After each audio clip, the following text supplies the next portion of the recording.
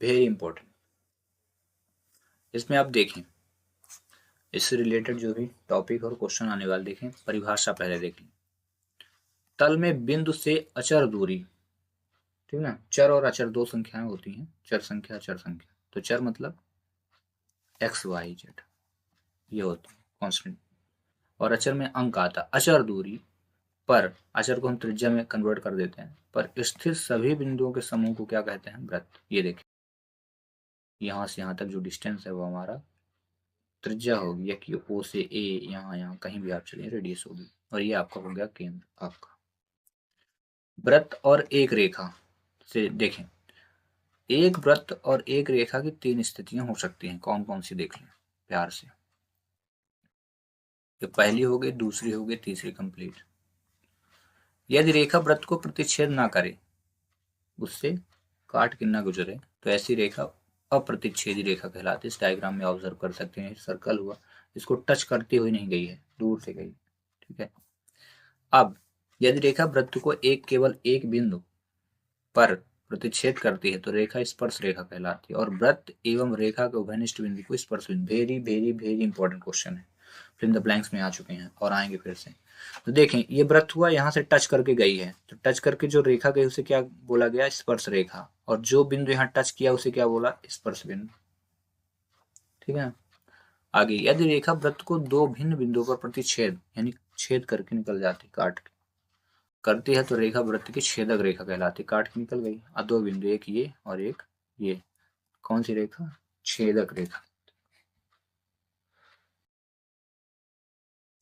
वृत्त के एक बिंदु से एक अद्वितीय स्पर्श रेखा खींची जा सकती है, फिल इन द ब्लैंक्स में आ चुका है।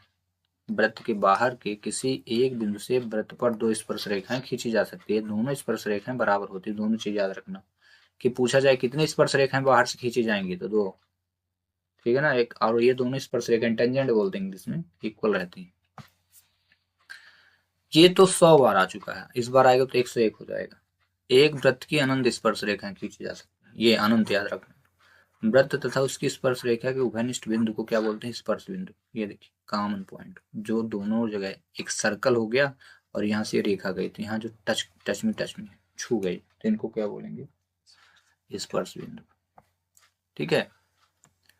अब आते हैं, वृत्त के किसी बिंदु पर स्पर्श रेखा स्पर्श बिंदु से जाने वाली त्रिज्या पर क्या होती है? लंब होती है। ये और यहाँ यह क्या है? 90 डिग्री, इसी बोलते हैं लंब। वृत्त के इसी व्यास के सिरों पर खींची गई स्पर्श रेखाएं क्या होती है? समांतर। ये सर्कल हो गया, और ये क्या है? ये डायमीटर है, ये पूरा जो गया है डायमीटर है, और यहाँ से हमने दो रेखाएं खींची, ये समांतर है, समांतर रेखा। या कि हम इसी एक सर्कल यही लिए और ऐसे भी खींच सकते हैं, तब भी समांतर, यानी दो समांतर रेखाएं खींची जा सकती हैं। रेखाएं समांतर होती हैं अगर सिरों से खींची जाए तो।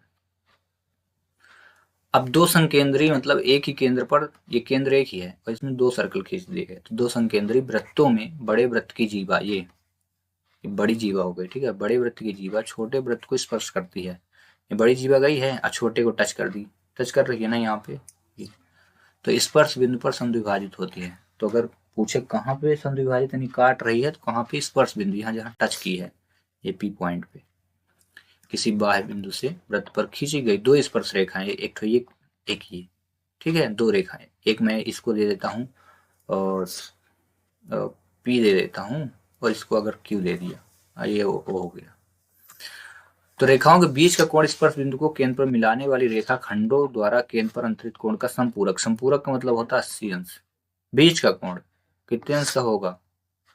180 अंश का। यानी ये देखो Q1 और Q2 इन दोनों के बीच का जो कोण होगा 180 अंश का होगा। तो याद रखना, क्वेश्चन नंबर जब हम 11 सॉल्व करेंगे एक्सरसाइज, तो इम्पोर्टेंट रहेगा। तो सर्कल समझ गए, स्पर्श रेखा, प्रतिच्छेदी रेखा, अप्रतिच्छेदी रेखा, ठीक है ना, स्पर्श बिंदु और संपूरक कोण, ये सारी चीजें हो गई हैं। जितने इंपॉर्टेंट टॉपिक थे वो हो गए कंप्लीट।